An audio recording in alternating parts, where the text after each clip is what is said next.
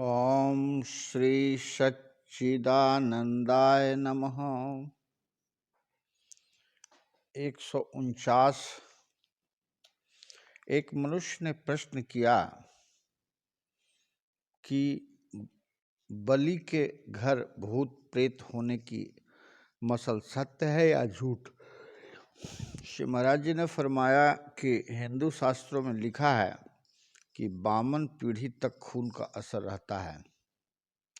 आमतौर से 7 पीढ़ी तक विचार किया जाता है कि इससे पहले 7 पीढ़ी तक कोई कुकर्मी हो चुका है, उसके बीच का असर जो छुपा हुआ था वह प्रकट हुआ। विलायत में एक सच्ची घटना हुई कि किसी अंग्रेज के घर में हबशी बच्चा पैदा हुआ। छानबीन से मालूम हुआ कि उस घराने के एक साहब कितनी ही पीढ़ी पहले अफ्रीका गए थे, वहाँ हबशी के संबंध से उनके घर में लड़का पैदा हुआ था, मगर उसका और उसकी औलाद का विवाह अच्छे अंग्रेज घरानों में होता चला आया था। अब कई पीढ़ी पश्चात उस हबशी के वीर्य के प्रभाव से हबशी बच्चा पैदा हुआ था। इसलिए 7 पीढ़ी पहले तक विचार कर लेना चाहिए। अगर इनमें कोई बात न मिले तो फिर यह विचार करना चाहिए कि उस प्राणी की संगत कैसी है, क्योंकि तुख्मे ताशीर शोहबते असर, हिंदी में स्त्री पुरुष के व्यवहार को संगत कहते हैं और उर्दू में शोहबत। इसलिए माता की संगत से संतान में बुराई भलाई हो सकती है, यही हमारा प्रमाण है। इसमें भी बुराई का पता न चले तो देखे कि इस घर में खोटी कमाई या खोटा अन्न तो नहीं आ रहा है, क्योंकि उसके सेवन से भी बुद्धि बिगड़ जाती है। यह भी न मिले तो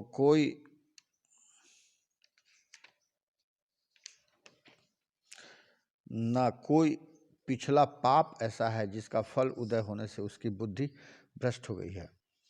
जाको प्रभु दारुण दुख देही, वाकी मति पहले हर लेही। 150। एक व्यक्ति ने कहा कि श्री कृष्ण भगवान अवतार माने जाते हैं, परंतु उनकी चिरहरण और रासलीला ने विरोधियों को उंगली उठाने का काफी अवसर दे दिया। कृपा करके कुछ बताइए, समझाइए, यह क्या बात है। श्री महाराज जी ने फरमाया कि न तो आपने भागवत पढ़ी और न उन्होंने समझ कर पढ़ी जो तर्क वितर्क करते हैं। ऐसे लोगों की नियत तो निंदा करने की है, तो फिर इसका इलाज ही क्या है। ऐसे मनुष्यों को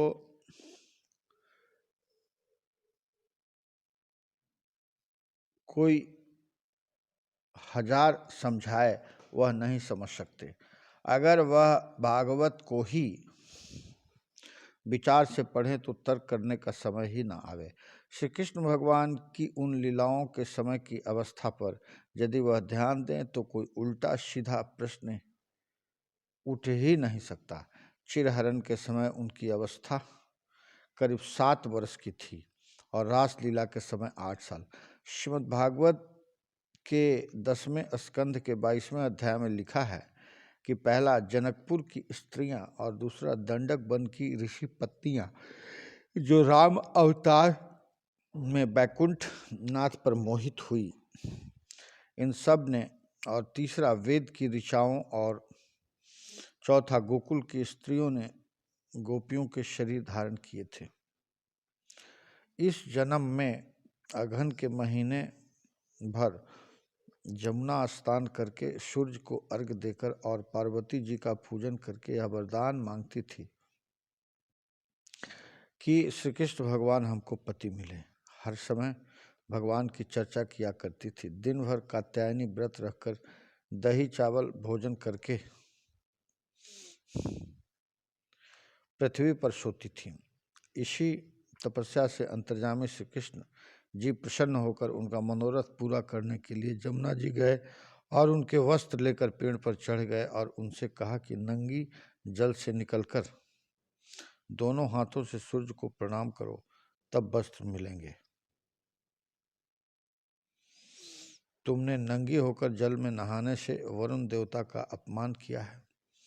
शास्त्र अनुसार ऐसा अपराध इस तरह से निवृत्त होता है कि वह स्त्री को नंगी नहाए, किसी और पुरुष के सामने नंगी होकर सूर्य का पूजन करे। इस तरह भगवान ने शास्त्र मर्यादा के अनुसार उसका पाप छुड़वाया और आने वाले समय में नंगी होकर नहाने की रुकावट कर दी और यह भी जतलाया कि यदि तुम हमको नारायण रूप समझती हो तो अपने भाव को ठीक करो और अधिकारी बनो। नारायण ने यह शरीर दिया है, उससे इसका क्या पर्दा। तुम तो अपने शरीर को इस तरह छुपाती हो जिस तरह कामी पुरुष से पर्दा करते हैं। इस लीला में कहीं भी काम क्रीड़ा का चिन्ह नहीं मिलता। उसी समय गोपियों की भावना देखकर और पिछले जन्म के संस्कारों को पूरा करने के लिए श्री कृष्ण भगवान ने शरद पूर्णिमा को रास लीला करने का वचन दे दिया था। रासलीला में जब गोपियां पहुंची तो सबसे पहले उनको क्या ही अच्छा उपदेश किया कि तुम इस वन में रात के समय अकेली कैसे चली आई। यह आचरण धर्मात्मा स्त्रियों के नहीं है कि पर पुरुष से मिलने रात में घर से बाहर जाएं। अपना पति अंधा लंगड़ा लूल्हा कैसा भी हो, उसी को परमात्मा स्वरूप मानने से स्त्री स्वर्ग पाती है। जो ऐसे पति की निंदा करती है वह नरक में जाती है। खैर, तुम चली ही आई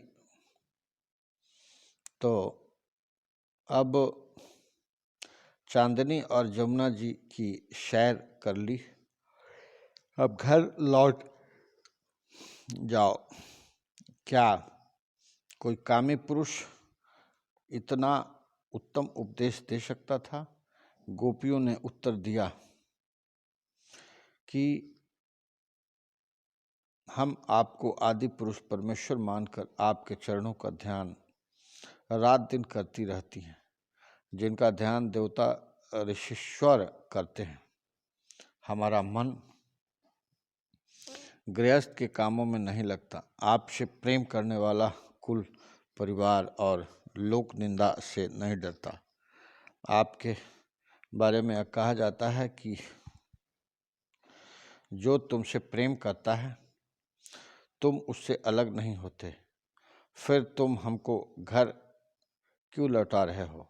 वेद शास्त्र कहते हैं कि तुम्हारा चाहने वाला जब तक संसारी माया से अपना मन विरक्त नहीं करता तब तक तुम्हारे पास उसका पहुंचना कठिन है।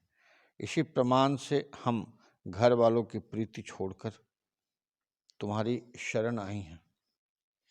शरणागत की लाज तुम्हारे हाथ है। तुम्हारा नाम दीन दयालु है। हम दीन होकर आपके पास आई हैं। यदि आप हमारी इच्छा पूर्ण न करेंगे तो हम जलकर मर जाएंगी और अंतिम इच्छा यह होगी कि 100 बरस तक तुम्हारी दासी बनकर सेवा करें।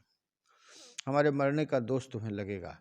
घृणा, शंका, भय, लज्जा, शील, मान, कुल और मर्यादा, ये 8 बातें जीव को बंधन में डालती हैं। गोपियों के आचरण से यह मालूम होता है कि यह 8 बातें उनसे जाती रही थी। इसमें कहीं काम का लेश मात्र भी नहीं है।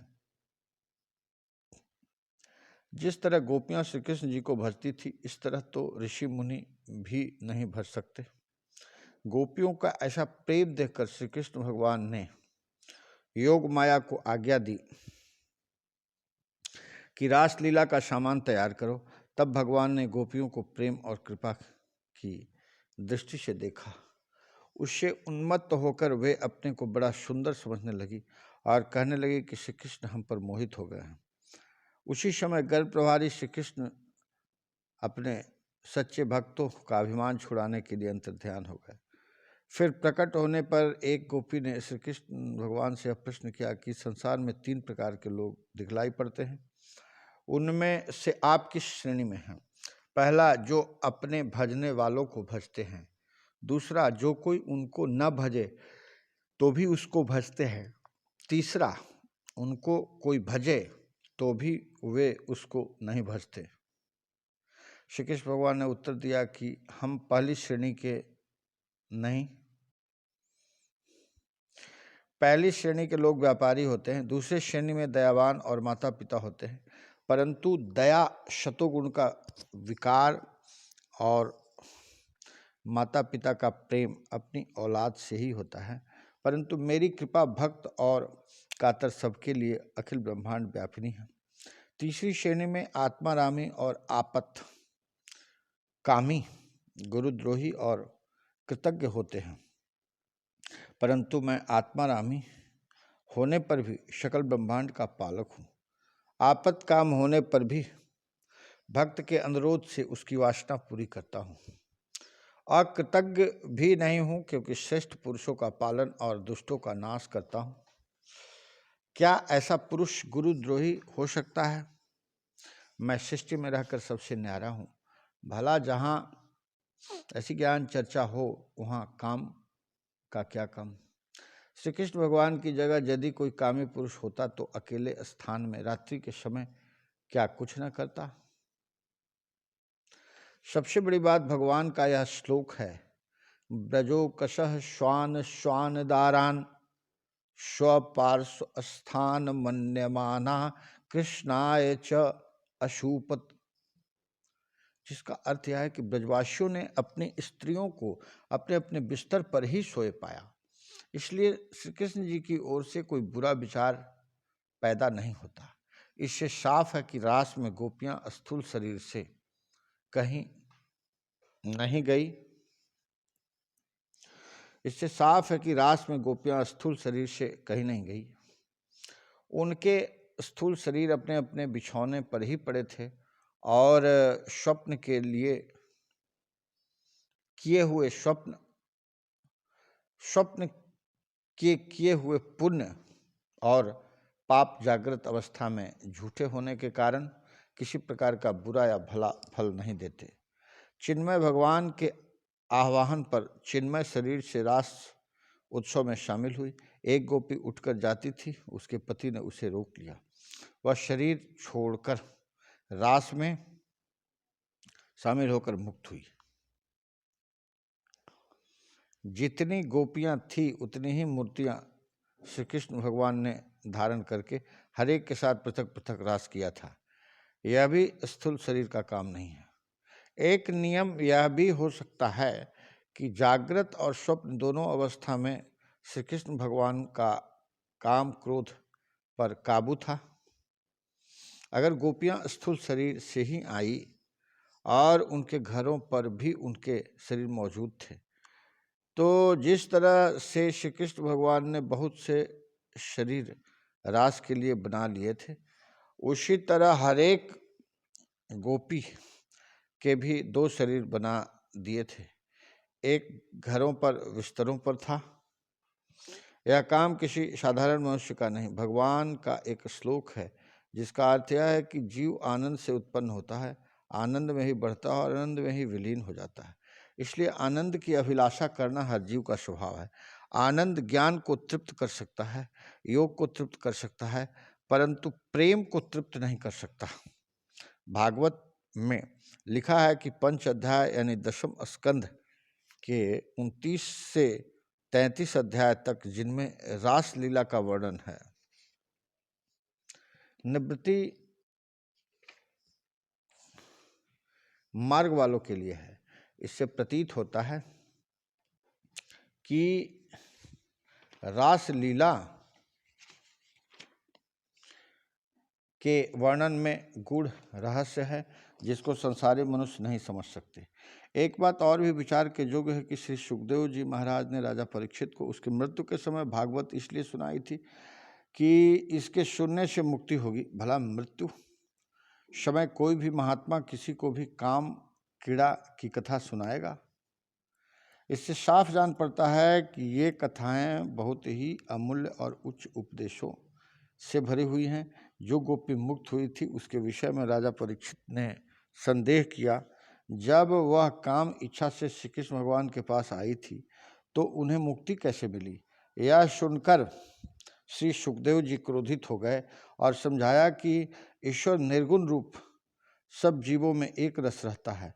जैसे पारस पत्थर से लोहा जान या अनजान में छूकर सोना हो जाता है और अमृत पीने से जीव अमर हो जाता है, इसी तरह भगवान से मन लगाने वाला जीव मुक्त हो जाता है। परमात्मा को शत्रुता और मित्रता से प्रयोजन नहीं। जो उनकी ओर मन लगाए रखता है उनसे प्रसन्न होते हैं। बस काम, क्रोध, लोभ, मोह या कोई तरीका हो, किसी तरह से भी उनको याद करें। 152 एक व्यक्ति ने अर्ज किया कि भगवत गीता में श्री कृष्ण जी ने युद्ध से बचने वाले अर्जुन को युद्ध की बढ़ाई दिखाकर रुकता हुआ युद्ध करा दिया। श्री कृष्ण जी जैसी बड़ी हस्ती को यह काम शोभा नहीं देता। क्या वह अर्जुन को समझाकर बुझाकर सुलह नहीं करा सकते थे? श्री महाराज जी ने फरमाया कि हमने कई मर्तबा समझाया है कि अवतारों के कर्मों की बड़े गहरे विचारों जांच पड़ताल करनी चाहिए। कलयुग में क्या होगा और उसका क्या फल होगा, यही कुछ कह सुनाने और करके दिखलाने के लिए उन्होंने अवतार धारण किया था। उन्होंने संधि, सुलह और शांति करने का भी भरसक यत्न किया, लड़ाई का भी उपदेश दिया और करने वालों को उसका क्या फल मिलेगा यह भी दर्शा दिया। कलयुग में ऐसे ही बड़े आदमी होंगे जो चोर से कहेंगे चोरी कर और शाह से कहेंगे होशियार रह। उन कर्मों का फल भी उनको जैसा मिलेगा वह श्री कृष्ण भगवान ने अपने खानदान की तबाही व अपनी यकायक मौत का दृश्य दिखलाकर दर्शा दिया। 153 एक सत्संगी ने अर्ज की कि शरभंगी मत में सब कुछ खा पी लेते हैं, ऐसे लोगों के चित्त में घृणा नहीं होती। श्री महाराज जी ने यह पद पढ़े, शरभंगी सोई नाम का रहनी सहित विवेक, रहनी सहित विवेक, एक कर सबको जाने, खान पान में जुदा नहीं, एक के एक में साने, लिए रहे मर जात थजे नहीं, नियम अचारा, धर्म सनातन शुभ अशुभ दो करे विचारा, बोले शब्द अघोर अद्वैत, अभंगी निर्मल कारज करें, सोई पूरा सरभंगी, ऊपर राखे कुल धर्म भीतर राखे एक, शरभंगी सोई नाम का रहनी सहित विवेक।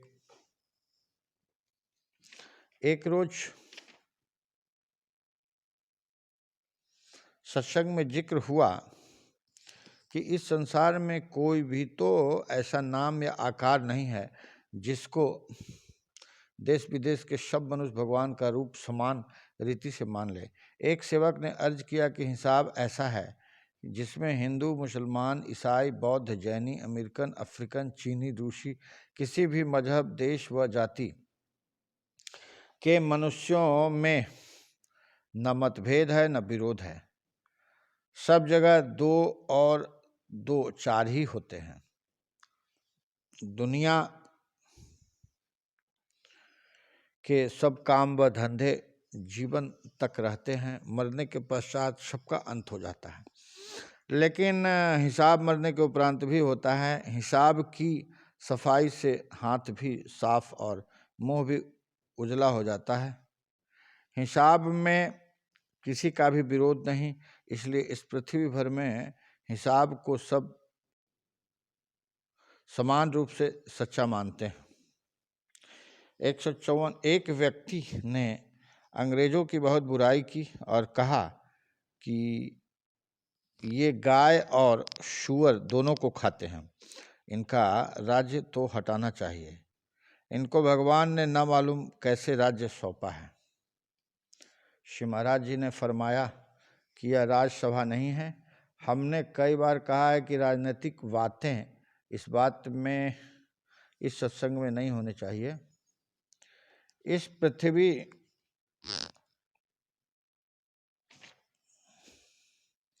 पर राजा भगवान का स्वरूप व प्रतिनिधि होता है और प्रजा के कर्मों के फल का दाता है। अमीर गरीब, स्त्री पुरुष, साधु गृहस्थी सबकी रक्षा करता है। शरीफों की इज्जत आबरू राजा ही की वजह से बनी रहती है। राजा और उसका प्रबंध न हो तो गुंडे रास्ता चलते भले मनुष्यों की टोपी सिर पर से उतार ले। राजा चाहे कैसा भी हो, किसी जाति को हो, उसको सिर दबाना और उसकी आज्ञा का पालन करना ही चाहिए। 156 एक व्यक्ति ने प्रश्न किया कि भगवान की प्रसन्नता कैसे प्राप्त हो सकती है। श्री महाराज जी ने फरमाया कि सब संसार के जीवों की निस्वार्थ सेवा तन मन धन द्वारा खुशी से करने से। आप किसी के बालक को बहुत प्यार करें, उसको अच्छे खिलौने दें, स्वादिष्ट भोजन खिलावें, हारी बीमारी में उसकी तीमारदारी करें, तो उसका पिता आपसे प्रसन्न होता है। इसी असूल पर भगवान की पैदा की हुई सृष्टि के जीवों की सेवा करने से उसको प्रसन्नता जरूर होगी। पुरुषार्थ करना चाहिए, धन आदि कमाना चाहिए, परंतु सब वस्तु का भोक्ता न बने। जितनी वस्तु दूसरों के लिए उचित व यथेष्ट समझते हैं, उतने में ही अपना गुजारा करें। यह समझे कि जितनी चीज़ें भगवान ने आपको दी हैं, उनसे धर्मपूर्वक सबको लाभ पहुँचावे। दूसरों की सेवा करते समय अपने पराये, जात पात, बड़ाई छोटाई, ऊंच नीच, भले बुरे तक का भी विचार नहीं करना चाहिए। आवश्यकता व अधिकार जरूर लेना चाहिए। मसलन एक रोगी को सिर दर्द है, वह दूसरे का अंग कट जाने से खून बह रहा है, तो पहले खून बहने वाले की मरहम पट्टी करनी चाहिए, कहीं बहुत खून बहने से तकलीफ ज़्यादा न बढ़ जाए। ऐसी सेवा करने पर यह न समझे कि मैं उस पर एहसान कर रहा हूँ। जब सब संसार का एक अंग है तो करने वाला अपनी ही सेवा कर रहा है, और अपनी सेवा करने में किसी दूसरे पर एहसान जताने की क्या ज़रूरत है। ऐसे विचार से मनुष्य बुराइयों से भी बच सकता है। दूसरे का तिरस्कार अपना ही तिरस्कार समझे। इस सेवा में किसी बदले या स्वार्थ की लेश मात्र भी भावना न हो। 157 एक रोज इरशाद हुआ कि माता पिता का धर्म है कि अपनी संतान को, गुरु का धर्म है अपने चेले को, राजा का धर्म है अपनी प्रजा को योग्य व अधिकारी बना दे। फिर जो कुछ उनको दिया जाएगा वह उसका सदुपयोग करेंगे। अनाधिकार व अयोग्य मनुष्य हर वस्तु का तिरस्कार व अनादर करते हैं और अच्छी वस्तु खो बैठते हैं। 158 एक रोज इरशाद हुआ, जहाँ प्रेम तहाँ नियम नहीं, जहाँ नियम नहीं प्रेम, जहाँ न प्रेम है न नियम है, वहाँ कुशल नहीं होती। 159 एक रोज श्री महाराज जी ने नवाबजादा अब्दुल रहमान टेरी, जिला कोहाट शुबा शरहद को यह आयत तलकीन की, ला इलाह अल वेदांत शुभान हक इनी कुतबे मीन अलजाल मीन। इस आयत के शुरू व बाद में 100 बार दरूद शरीफ पढ़ें और 500 बार इस आयत को पढ़ें। अव्वल दर्जे इसका पढ़ना 12 बजे रात से 4 बजे रात तक है, मगर यह परिश्रमी मनुष्यों का काम है। 160। एक रोज प्रेम के संबंध में प्रश्न किया गया। श्री महाराज जी ने फरमाया कि वर्तमान में प्रेम के समझने में बड़ी भूल हो रही है।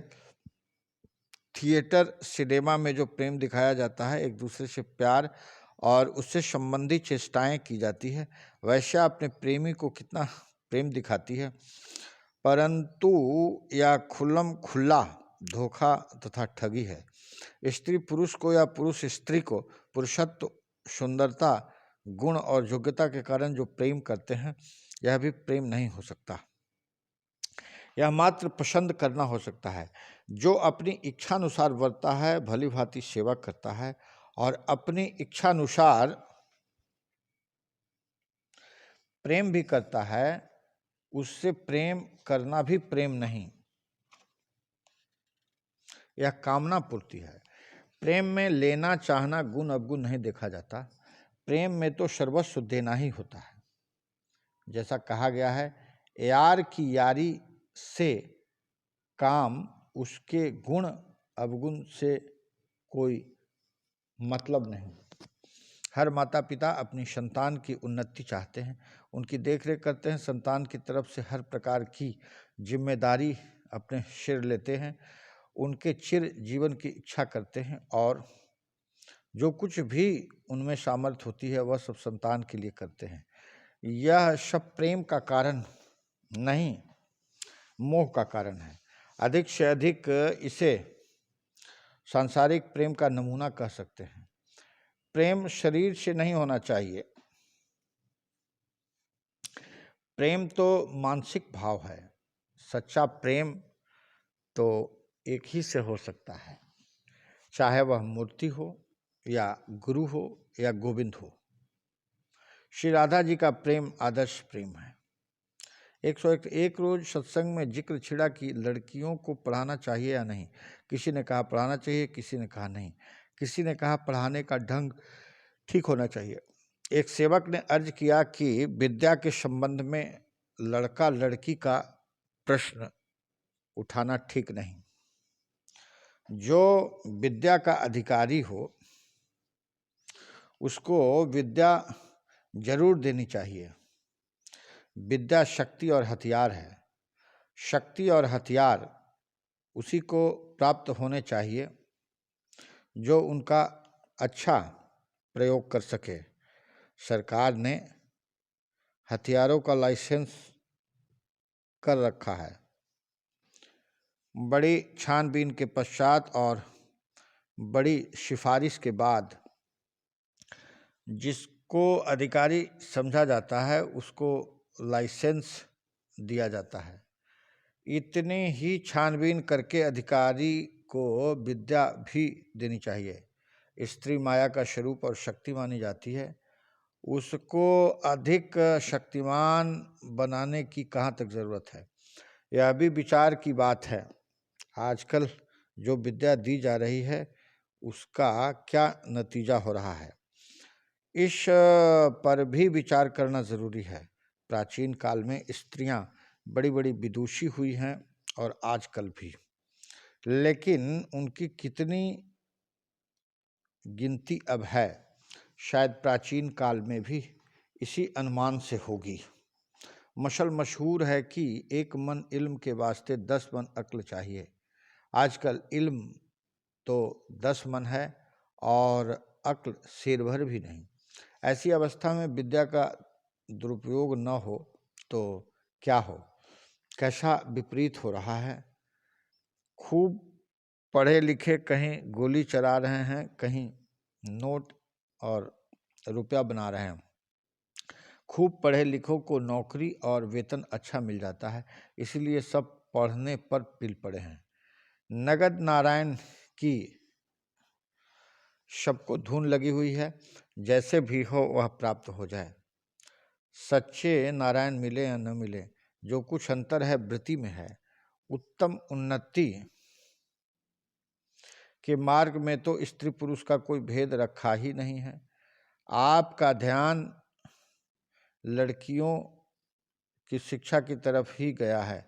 लड़कों और लड़कियों को साथ साथ शिक्षा देने की जो प्रथा चली है उस पर आपने विचार नहीं किया, पर राज्य में अपने देश की प्रथा चलाना और अधीन देश की प्रथा को नष्ट करना तो राज्य की साधारण सी बात है।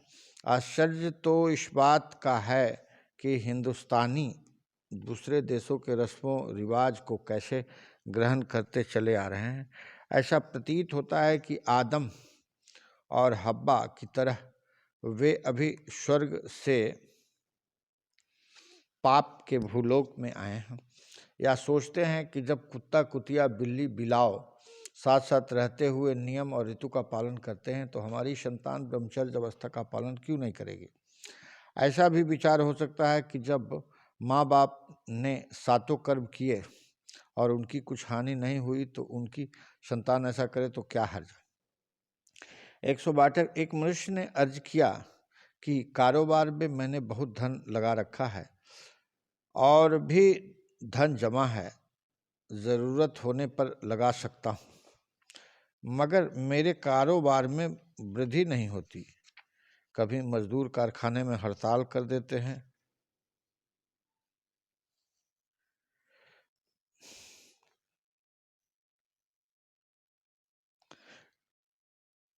कभी कुछ और अड़चन पड़ जाती है, गाड़ी ठीक तरह से नहीं चलती, कोई उपाय बतलाइए जिससे काम ठीक चले।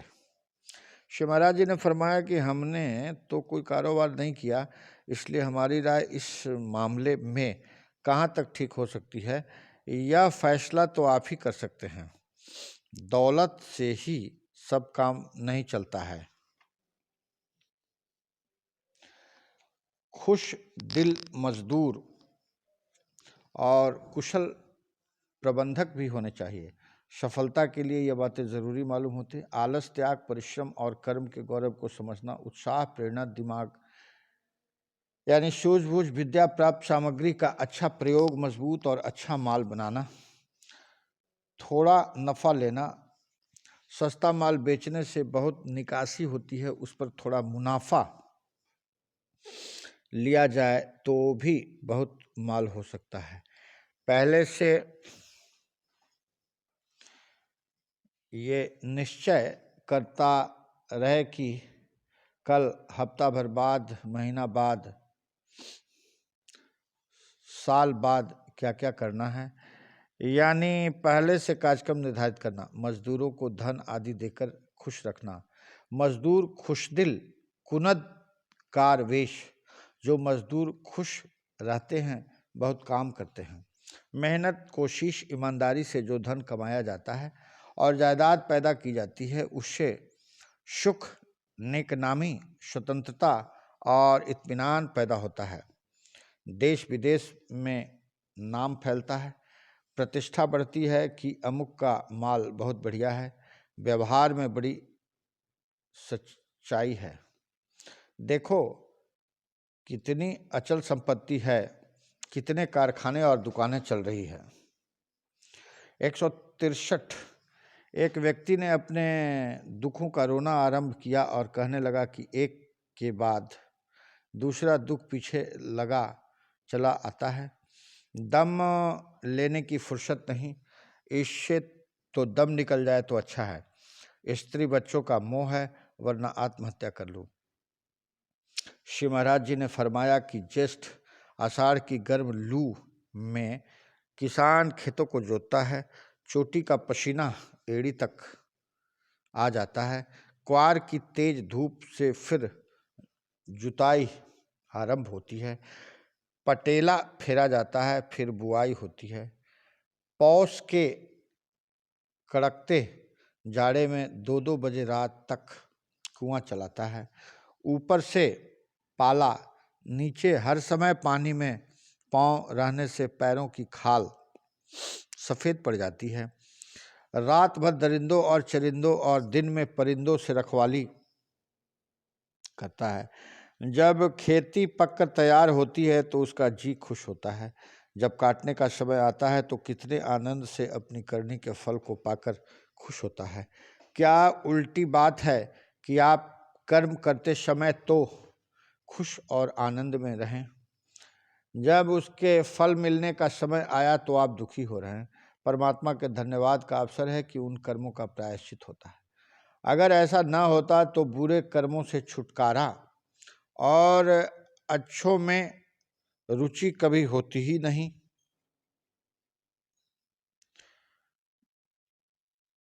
यही समय है जब मनुष्य को बुरे कर्मों से घृणा और अच्छों में रुचि होती है। अगर ऐसा न होता तो एक जीवन का तो कहना ही क्या, जन्म जन्मांतर तक भी मनुष्य अच्छाई की तरफ नहीं झुकता।